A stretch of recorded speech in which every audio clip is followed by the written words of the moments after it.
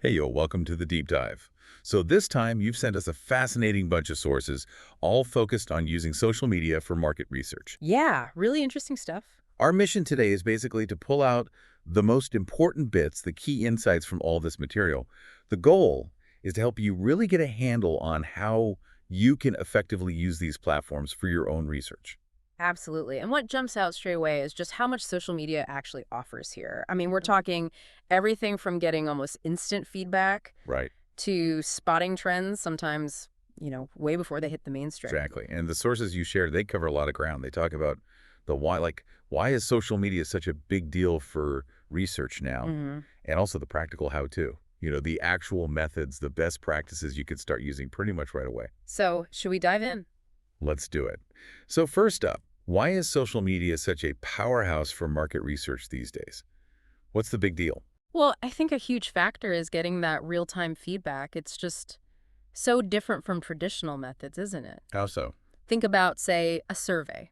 And it might take weeks, right, to get it out, get responses, analyze them. Yeah, ages. Whereas social media, you can see reactions now, like instantly. How are people feeling about this brand, this new product, this campaign right this minute? It's like having a live pulse monitor on public opinion. That's a really good way to put it. A live pulse monitor. So no waiting around for data to slowly come back. hmm And you mentioned traditional methods.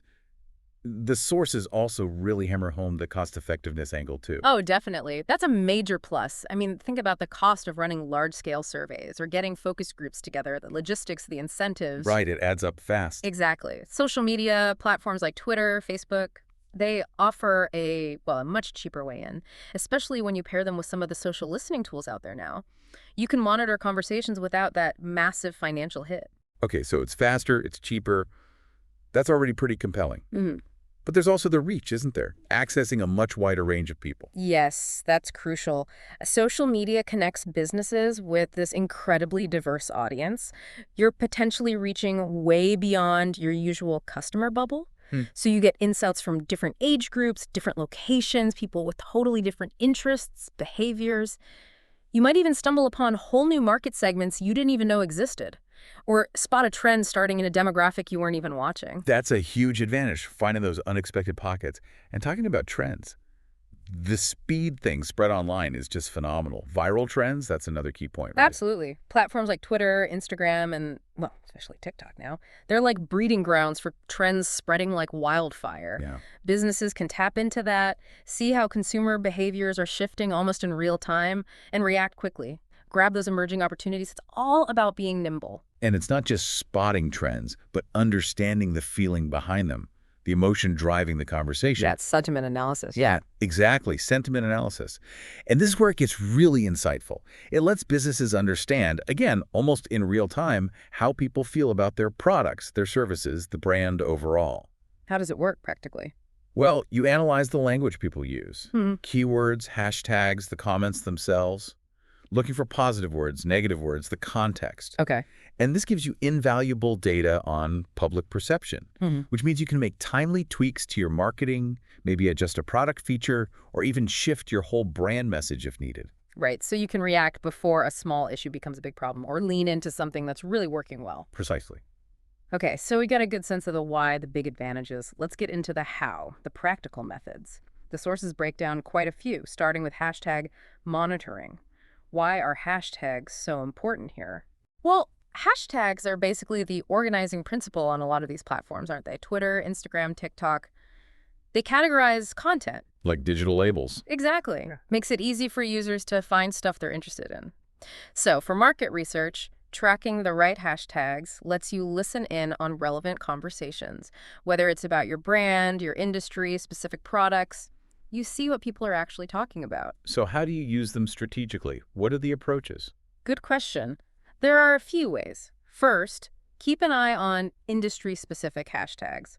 If you're in health and wellness, maybe track things like hashtag healthy living or hashtag fitness goals, hashtag wellness journey, stuff like that. See what's trending there. Okay, general industry pulse. Second, monitor your own branded hashtags. If you create one for a campaign or just for your brand generally, tracking that gives you a direct line into conversations specifically about you.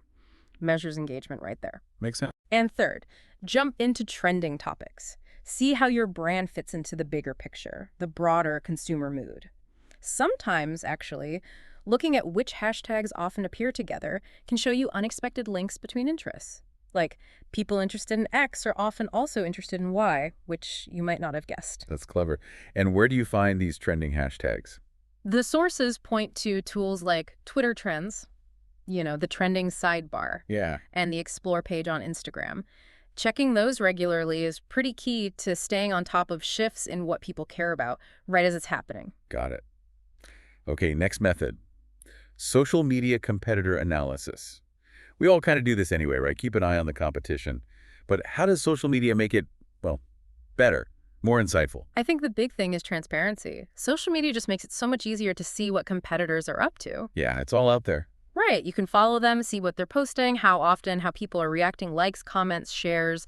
You see their interactions. It gives you real clues about what works for their audience. And maybe what doesn't work. Exactly. And importantly, where your brand could maybe offer something different or better. Find those gaps. So what are the concrete steps here? How do you do competitor analysis effectively on social? Well, first step, follow their main profiles consistently. Watch the type of content they share, the posting frequency, those engagement numbers, how they talk back to their audience. That's your baseline. Right. Then track the hashtags they use, especially for campaigns. See how well those campaigns seem to be doing. Right, gauge performance. And finally, really dig into the comments and any public reviews on their posts. That's where you hear the customer voice directly.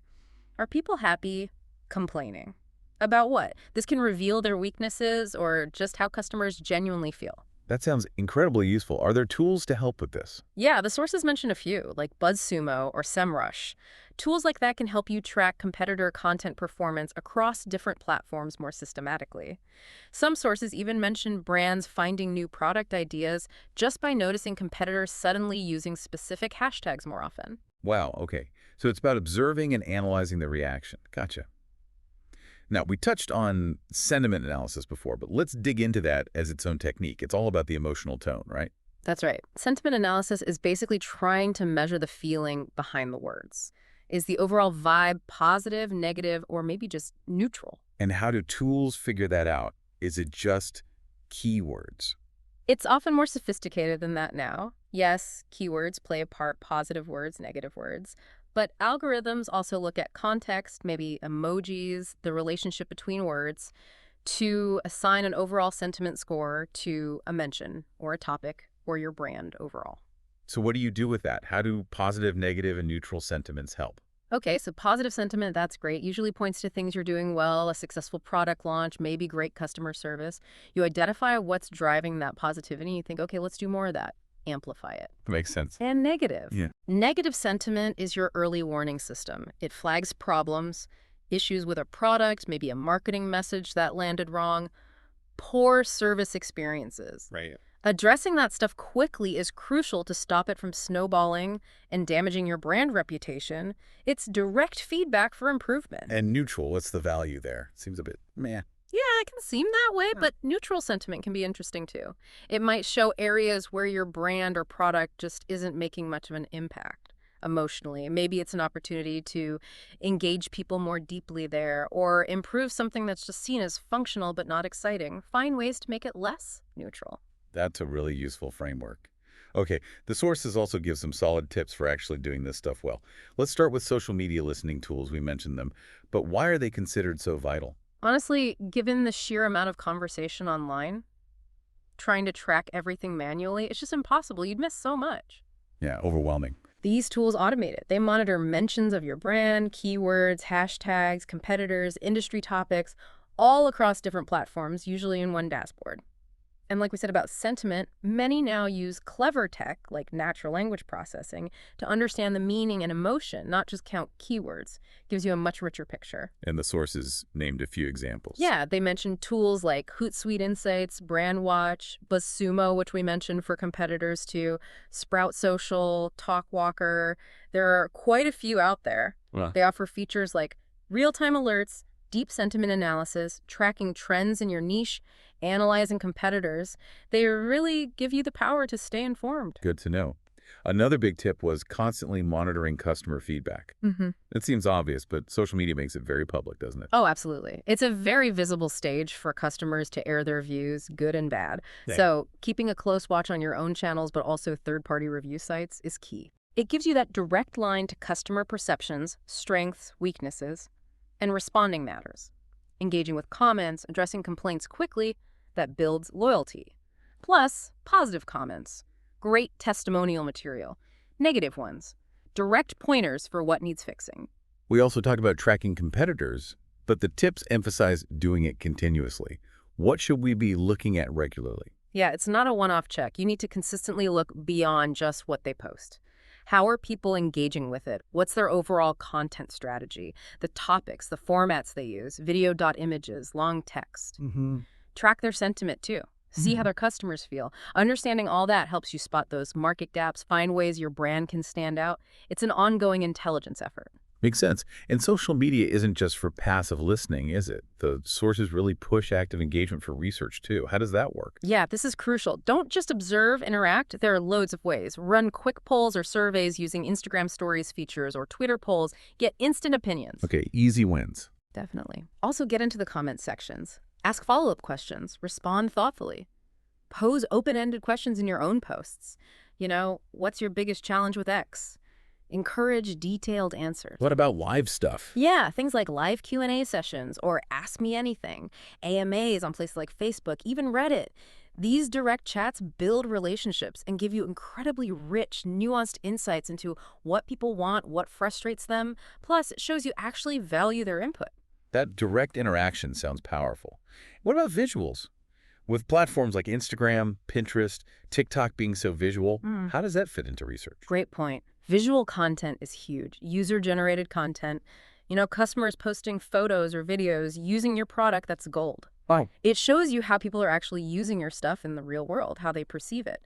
Tracking hashtags helps you find this visual content. Also, looking at what types of images or videos resonate most gives you clues for your own content. And influencer collaborations can offer another angle, seeing how they present your product visually. So analyzing the pictures and videos themselves, not just the captions. Exactly. It adds another layer of understanding consumer behavior. Okay, we've covered a lot on the why and how. Yeah. Let's shift to best practices. If someone's starting out, where do they even begin? First things first, define your objectives. What are you actually trying to find out? Right. Be specific. Yeah. Is it customer satisfaction, competitor positioning, spotting the next big trend? Knowing your goal sharpens your focus and tells you which metrics actually matter for you. And the sources also mentioned not doing this in a vacuum, right? Integrating it. That's a really important point. Social media data is powerful, but it's even more powerful when you combine it with other research. Mix those social insights with your survey data, focus group findings, sales numbers. That gives you the full, well-rounded picture of the market. Don't rely on just one source. Good advice. And consistency seems to be a running theme, too. Absolutely. Market research isn't a project you finish. It's an ongoing process. Consumer attitudes change, trends shift, competitors adapt. You need to keep monitoring continuously. Keep tracking those key metrics. Stay alert to changes. And finally, probably the most crucial point. Don't just collect the data. Do something with it. Exactly. Gathering insights is step one. The real payoff comes when you act on them. Use what you learn to improve your products, tweak your services, refine your marketing, and close the loop. Let customers know you're listening, show them their feedback makes a difference. That builds huge goodwill. That makes perfect sense. To wrap things up a bit, the sources gave a couple of real-world examples. Let's look at Nike first. How do they use this stuff? Nike's a great case study. They're really active on Instagram, Twitter, directly engaging with their audience. They watch how people post about their gear, analyze the sentiment, see how products are used in real life. So they're listening intently. And they use influencer partnerships strategically too, getting feedback that way. The key is they use this immediate feedback to quickly adjust marketing, maybe even product development. Yeah. It feeds right back into their strategy, helps build that strong loyalty. It's pretty amazing how directly customer posts can influence big decisions there. Yeah, that's impressive. And Starbucks. What's their approach? Starbucks is another big listener across Twitter, Facebook, Instagram.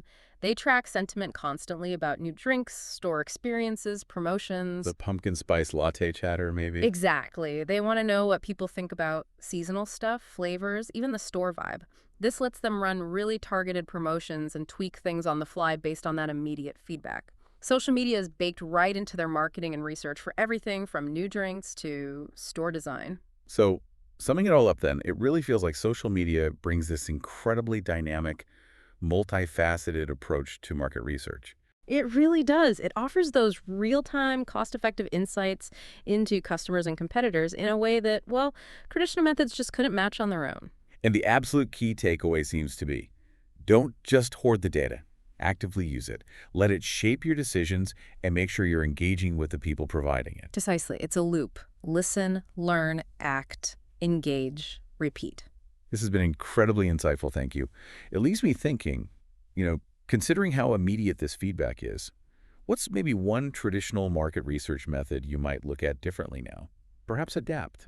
That's a great question to ponder. Or, with access to all these diverse online conversations, what surprising demographic or maybe an unexpected trend might you now feel compelled to investigate further for your own work? Lots to think about there. Definitely lots to consider. Thanks again for diving deep with us on this. We really encourage everyone listening to explore these ideas further and think about how social media could maybe revolutionize your own understanding of your market.